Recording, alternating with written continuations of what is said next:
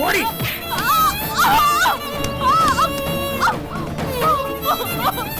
பாத்துக்கிட்டு இருக்க. இனிமே இன்னொரு தடவை இந்த கேட்டை தாண்டி உள்ள வந்த சாவடிச்சிருவேன். டேய் இந்த பாருங்கடா, என்ன பண்ணுவீங்களோ ஏது பண்ணுவீங்களோ எனக்கு தெரியாது. கைராசி சில்க்ஸ் கடை நம்ம கைக்கு வந்து ஆகணும். என்னத்தையாவது பண்ணி தொலைங்க. இப்படியே மண்ணு மாதிரி உட்கார்ந்துட்டு இருக்காதீங்க. வீரமணி பிள்ளைங்கிறத நிரூபிச்சு காமிங்கடா விளக்கண்ணைகளா. இது பாருமா, உன் புருஷனுக்கு நீ சப்போர்ட் பண்ணணும்னு நினைக்கிறது சரிதான். ஆனா அவரும் இந்த வீட்டுல வந்து தங்குறது அவ்வளவு சரியா வராது. உங்க அம்மா தங்கலாம், உங்க தங்கச்சி தங்கலாம், ஆனா என் புருஷன் தங்க கூடாதோ?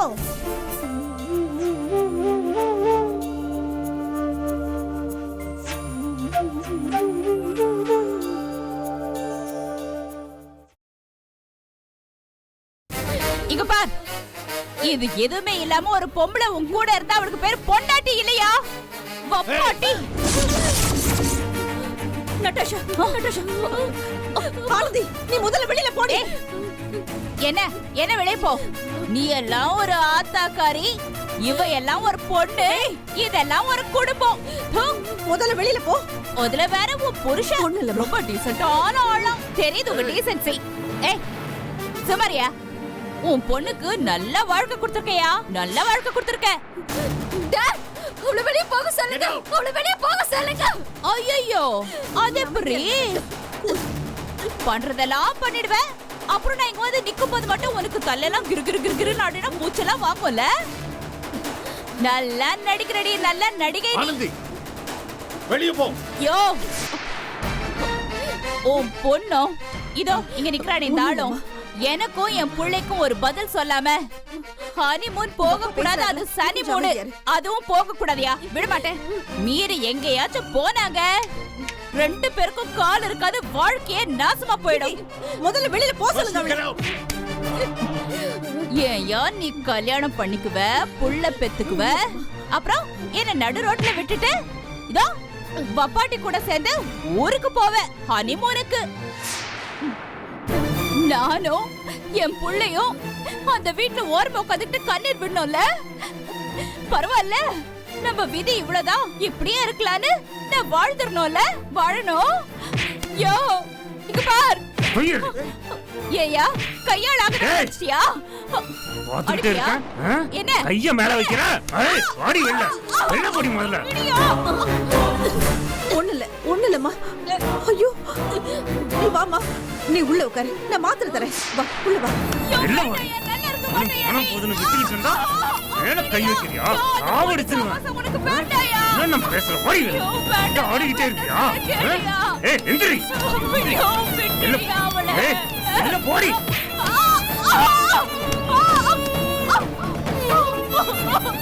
பாத்துக்கிட்டு இருக்க. இனிமே இன்னொரு தடவை இந்த கேட்டை தாண்டி உள்ள வந்த சாவடிச்சிருவேன். போகாதயா. என்னையும் என் புள்ளை இப்படி நடு தெருவுல விட்டுட்டு நீ இப்படி பண்றது நியாயம் இல்லையா? ஐயோ சொன்ன கேளு. வேண்டாயா.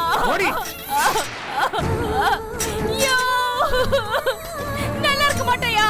நீ நல்லா இருக்க மாட்ட. வயிறு எரிஞ்சு சொல்றியா? நீ நல்லாவே இருக்க மாட்ட. வயிறு எரியுதியா என் புள்ளைய நினைச்சா? நல்லா இருக்க மாட்டேயா? என்ன ஒரு தெருவில் விட்டுட்டு.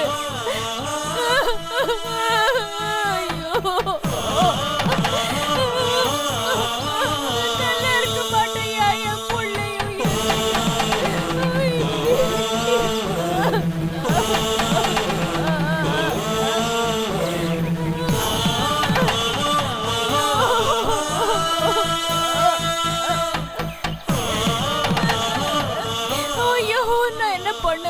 வாழ்க்கை போச்சு, என் பிள்ளை கப்ப இல்லாம போச்சு. யாரும் இல்லாம இப்படி தெருவில் உட்காந்துருக்கேனே.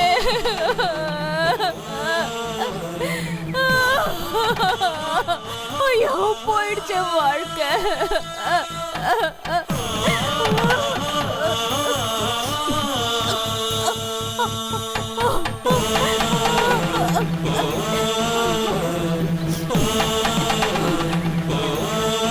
விடமாட்டையா? நான் விட மாட்டேன். உன்னை இவ்வளவு சீக்கிரம் நான் விட மாட்டேன்.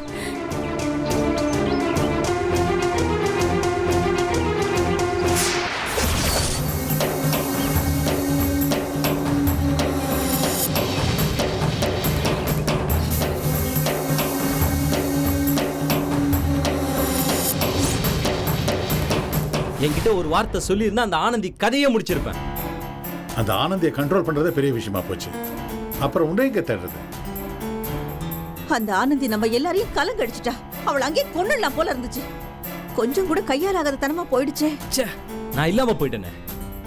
அது சரி, சரவணனும் நடாஷாவும் கொடைக்கானல் போற விஷயம் அந்த ஆனந்திக்கு எப்படி தெரிஞ்சது?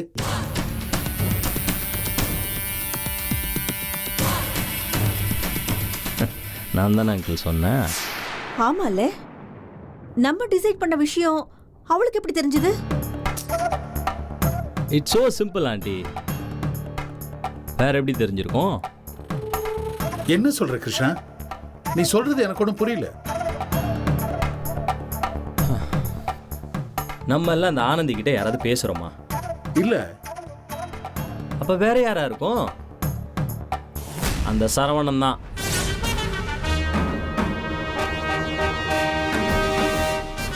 என்ன வளர்ற கிருஷ்ணா? நான் ஒன்றும் வளரல அங்கிள். இல்ல டாட், கிருஷ்ணா சொல்றதுல லாஜிக் இருக்கு. அப்படியே சொல்லியிருந்தாலும் ஆனந்தியை இங்க வந்து பிரச்சனை பண்ண சொல்லியிருப்பாரா? இருக்கலாம். இங்க பாருங்க ஆண்டி, நாம நினைக்கிற மாதிரியான ஆள் இல்ல அந்த சரவணன். அந்த சரவணன் இன்னும் ஆனந்தி கூட தொடர்புல இருக்கான்.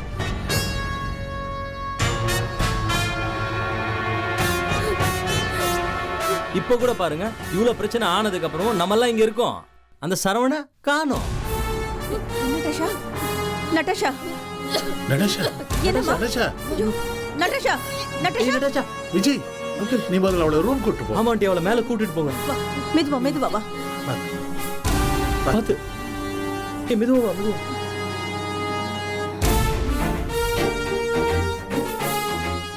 பார்த்து ஆண்டி.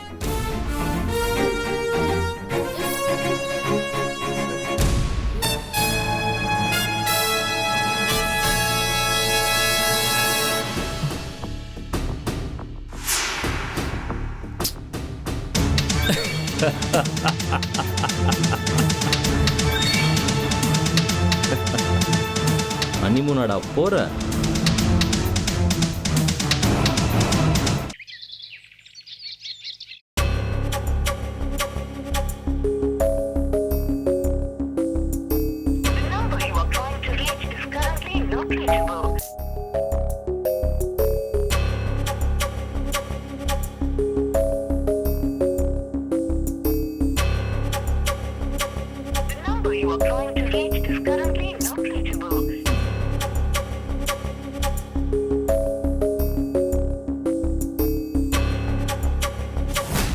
ஹலோ ஹலோ ஹலோ, நான் உமா பேசுறேன். உங்க லைன் சரியா கிடைக்க மாட்டேங்குது. நான் பேசுறது கேக்குதா? கேக்குதுமா, சொல்லு. அப்பா அம்மா வீட்ல இருக்காங்களா? அவங்க 2 பேரும் வெளியே போயிருக்காங்க. வீட்ல நான் மட்டும்தான் இருக்கேன். இங்க பாருங்க, திடீர்னு உங்க அப்பா அம்மா எங்க வீட்ல போய் தங்க வேணாம்னு சொல்றாங்க. ஏன்? அந்த சின்ன பொண்ணு ஏதோ சொன்னாலாம். ஆனா எனக்கு அதுல நம்பிக்கை இல்லைங்க. உங்க தங்கச்சி பானு தான் ஏதாவது சொல்லியிருப்பாங்க. இப்போ என்ன பண்ணலாம்னு சொல்ற? இங்க பாருங்க, இந்த விஷயத்துல நீங்க ஸ்ட்ராங்கா இருக்கணும். சரி சொல்லு. நாம அங்க போய் தங்கி இருந்தாதான் எல்லாரையும் சமாளிச்சு சொத்தை வாங்க முடியும். நாளைக்கு நீங்க வந்ததும் நம்ம 2 பேரும் எங்க வீட்டுக்கு தான் போறோம். புரிஞ்சுதா? சரி உமா. நீங்க வரப்போ சொல்லுங்க, ஏர்போர்ட்டுக்கு வந்துடுறேன். சரி, நான் கிளம்பும்போது உனக்கு ஃபோன் பண்றேன். சரி. என்ன உமா, உன் மாமனார் மாமியா அம்புட்டு சொல்லி நீ கேட்க மாட்டேங்கிற? ஏய், நீ யார் எனக்கு யோசனை சொல்ல? வேலைக்காரி வேலைக்காரியா தான் இருக்கணும். நான் வேலைக்காரியா தான் இருக்கிறேன். நீ தான் இந்த வீட்டுக்கு மருமகளா இல்ல. என்ன உமா, என்ன பிரச்சனை நடக்குது இங்க?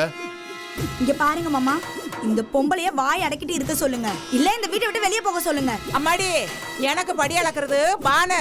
அவங்க சொல்லட்டும், நான் போறேன். நீ ஒன்னும் சொல்ல வேண்டாம்.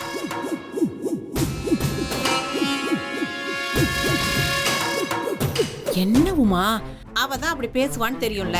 அவளுக்கு சரிசமமா ஏன் நீ பேசிட்டு இருக்க? ஐயோ அத்தை, நான் எங்க அவங்க கிட்ட பேசிட்டு இருந்தேன்? நான் என் புருஷன் கூட போன்ல தான் பேசிட்டு இருந்தேன். இவன் எதுக்கு குறுக்க வந்தா? சரி, இவங்க இன்னும் எத்தனை நாள்ல வரா? இன்னும் கன்ஃபார்மா சொல்லல மாமா. சரி, அவன் வரும்போது நாம ஏர்போர்ட்ல கூட்டு வந்துடுறோம். வேணாம் மாமா, நான் போய் அவரை கூட்டிட்டு அப்படியே எங்க வீட்டுக்கு போயிடுறேன். இந்த பாரு உமா, எங்களுக்கு அவன் மகன் இத்தனை தூரம் பெற்று வளர்த்ததுக்கு எங்களுக்கு அந்த உரிமை இல்லையா?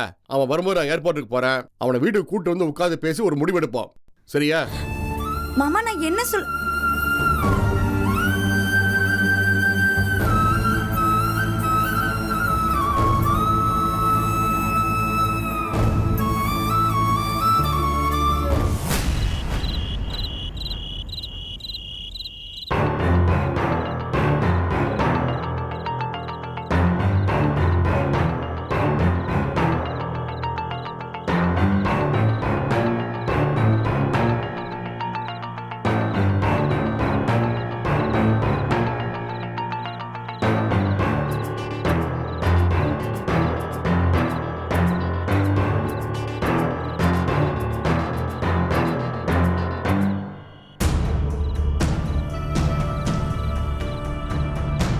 கிட்டி, நம்ம பொண்ணோட நிலைமையை பாக்குறப்போ எனக்கு ரொம்ப கஷ்டமா இருக்கு கிட்டி.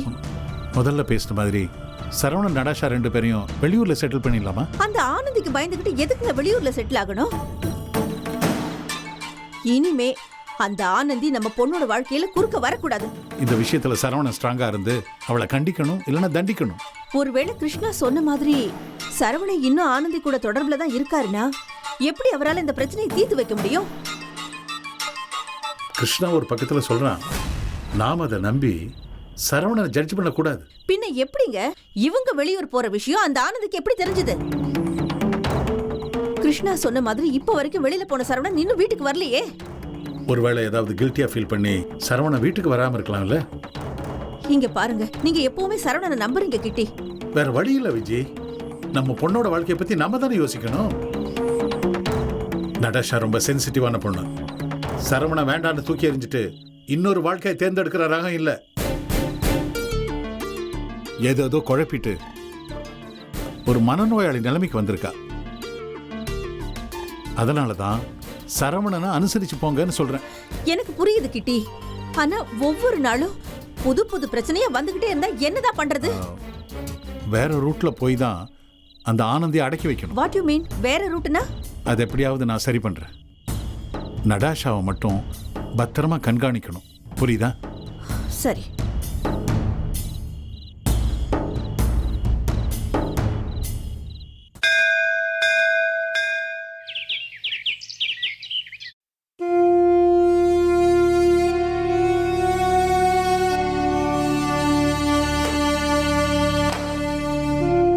என்னத்த கணக்கு பார்க்க, வருஷம் பூரா இந்த இலவத்தான பார்த்து தொலைஞ்சிட்டு இருக்கோம். என்ன பிரயோஜனம்? இவ்வளவு வருஷம் நம்ம ஏதாவது முயற்சி பண்ணி கைராசி சில்க்ஸ் கடை நம்ம கைக்கு வந்த பாடு இருக்கா? அந்த இளவு ஒரு புண்ணாக்கும் கிடையாது. எதுவுமே பண்ணாம அடப்பையில மாதிரி உட்கார்ந்துட்டு இருக்கேன்.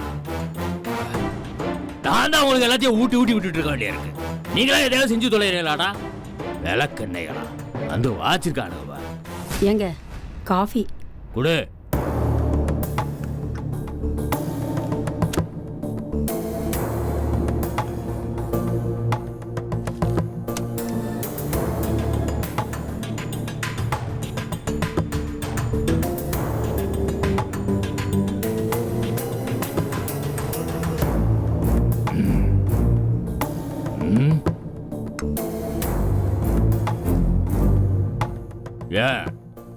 என்னாச்சு? காபி கொடுக்குறப்ப உம்முன்னு இருக்க? உடம்பு நல்லா இல்லைங்க. அதானே, உனக்கு என்னைக்கு தான் உடம்பு நல்லா இருந்தது? அதான் வயசாகி போச்சு. இல்ல கழுத வயசாகி போச்சு, அப்படிதான் இருக்கும். பேசாம நீ மருமகிட்ட கொடுத்து அனுப்பிச்சிருக்க வேண்டியானே. இத்தனை நாளா நான் தானே கொடுத்துட்டு இருந்தேன். இத்தனை நாள் நீ கிழிச்சதெல்லாம் போதும். இனிமேல் எல்லா பொறுப்பையும் ஏன் மருமகிட்ட கொடுத்துட்டு நீ பேசாம ஹாயா போய் ரெஸ்ட் எடுத்து நல்லா தூங்கு. ஓ, பெரிய எத்தனால இவதான் பண்ணி கிழிச்சாலாம் வேலைக்கண்ண. டேய், இந்த பாருங்கடா, என்ன பண்ணுவீங்களோ ஏது பண்ணுவீங்களோ எனக்கு தெரியாது. கைராசி சில்க்ஸ் கடை நம்ம கைக்கு வந்து ஆகணும். என்னத்தையாவது பண்ணி தொலைங்க. இப்படியே மண்ணு மாதிரி உட்கார்ந்துட்டு இருக்காதீங்க. வீரமணி பிள்ளைங்கிறத நிரூபிச்சு காமிங்கடா விளக்கண்ணைகளா.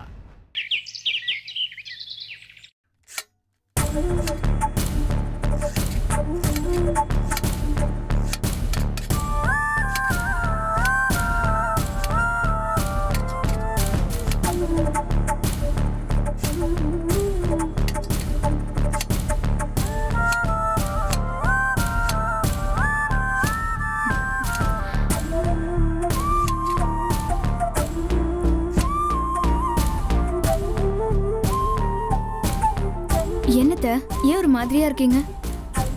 மாமா ஏதாவது சொன்னாரா? அதை விடு, அவர் எப்பவும் சொல்றதுதானே கண்ணு. ஆமா, நீ ஏன் கண்ணு இப்படி மாறி போயிட்ட? என்னத்த சொல்றீங்க?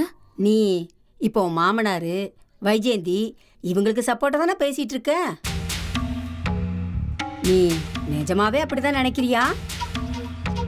இங்க பாரு கண்ணு, நான் இத்தனை வருஷமா இந்த வீட்டை வாழ்ந்தவங்கிற முறையில சொல்றேன். என் புருஷன் நல்லவர் கிடையாது. பிள்ளைங்க என்னமோ பிறக்கும்போது நல்ல பிள்ளைங்களா தான் பிறந்துச்சு.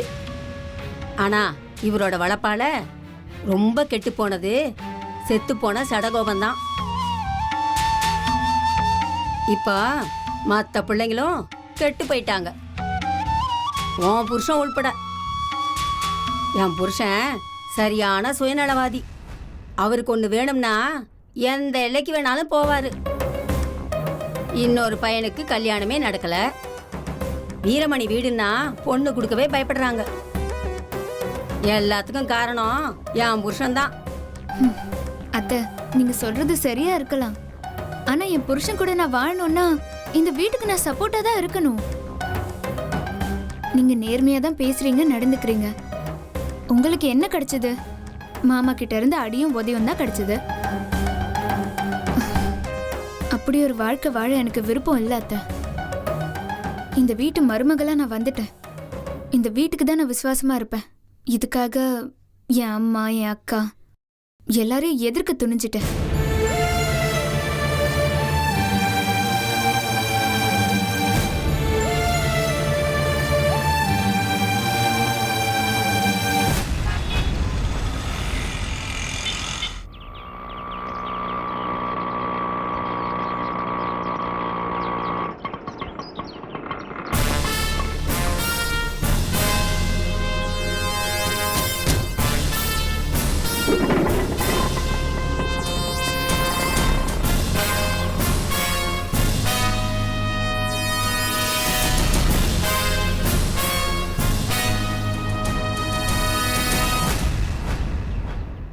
இங்க பார் சண்முகம், வட இந்தியாவிலேருந்து வர கஸ்டமர்ஸ் எல்லாம் நம்ம அப்பா காலத்துல இருந்து வரவங்க. அவங்கள நல்லபடியா கவனிச்சு அவங்கள திருப்தியா நம்ம அனுப்பணும். சரியா? சரிண்ணா. வியாபாரம் எப்படி போயிட்டு இருக்கு? ஏ வா உமா. உமா வா.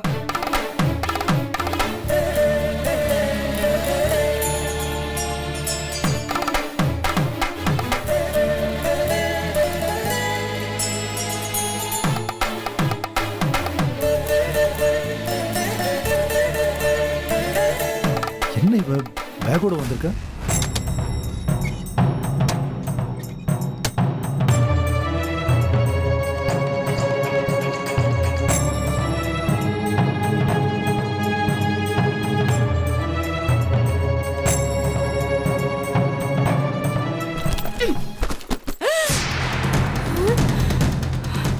ஏய் பல்பா, எதுக்குடி பேக் தூக்கிட்டு வந்து இப்படி போடுற?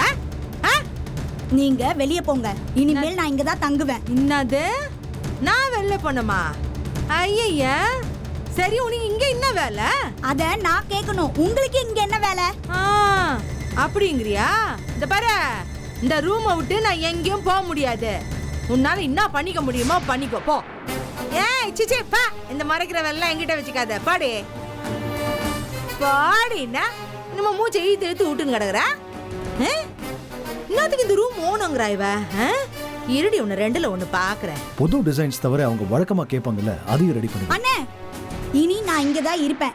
என் ரூமை காலி பண்ணி தர சொல்லுங்க.